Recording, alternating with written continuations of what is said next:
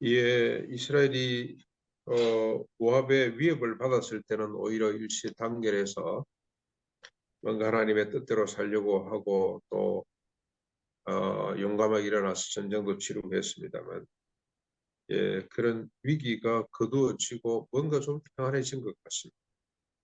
그때 그들은 또 범죄하기 시작합니다. 모압 여자들과 은혜 마기를 시작하고 그들이 섬기는 신, 이 바알볼이라고 되어 있습니다만 볼 지역의 바알, 이렇게 보시면 될 것 같습니다.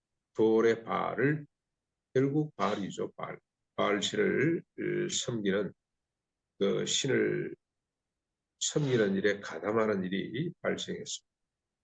여호와께서 진노하셔서 그들을 연병으로 이제 치시는데 많은 사람이 죽게 됩니다. 그러면서 모세에게 백성의 수령들을 잡아 태양을 향해서 여호와 앞에서 목매어 죽이라. 그리하면 여호와의 진노가 이스라엘 가운데서 떠나게 될 것이다. 그러고 있는데 이스라엘의 지도자 중에 한 사람이죠.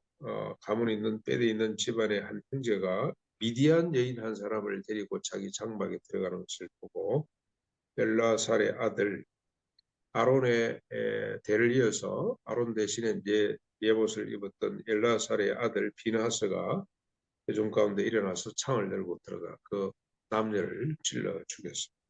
그래서 하나님이 진노를, 하나님의 질투를 거두시는, 음행 때문에 우상을 섬기게 되고 우상 때문에 하나님이 질투하게 되는데 그 질투를 거두시는데 이미 24,000명이나 죽게 되었습니다.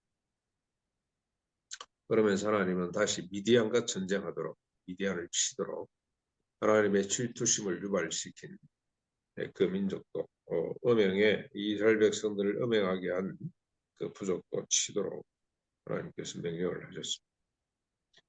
우리에게 주는 교훈이 뭐겠습니까? 이스라엘의 범죄죠. 이스라엘은 또 시간이 지나면서 음행이라는 죄를 짓게 되고 그 음행을 죽음으로 하나님이 심판하시고, 그리고 단호한 청산, 전쟁을 통해서 다시는 그런 일이 발생하지 않도록, 음행은 이게 우상 숭배로 이어지는 것 같습니다. 다시는 그런 일이 이스라엘 가운데 발생하지 않도록 가감하게, 단호하게, 셰플도 당김에 빼듯이 당김에 전쟁을 통해서 끝내도록 하나님께서 요구하셨습니다. 우리에게 주는 교훈이 뭐겠습니까? 어떠한 행태의 죄든지, 지난번에 우리 목사님도 설교 가운데 하셨습니다만, 가감한 결단이 필요합니다. 단호한 결단, 대처하는, 죄에 대해서 즉각적으로 대처하고 공동으로 대처하는 이런 일이 필요하다. 그래서 거룩한 백성들이 거룩의 차질이 생기지 않도록, 거룩이 무너지고 하나님의 뜻을 망각하고, 그래서 흐리멍텅하게 살고, 그래서 세상 사람들과 똑같이 사는 이런 일을 하나님께서는 미연에 이 교훈을 통해서 잘 방지하는 것 같습니다. 이스라엘 백성들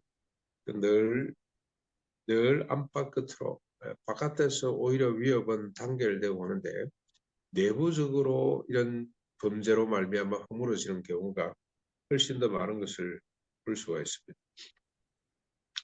오늘도 우리 자신들을 잘 살피는 하루가 됐으면 좋겠습니다. 그것이 살피고 하나님께서 질투할 만한 일, 하나님이 싫어할 만한 일이 발생했을 때 즉각 대처하는, 과감하게 청결하는, 그래서 하나님의 질투심을 유발시키지 않는 하루가 됐으면 좋겠습니다.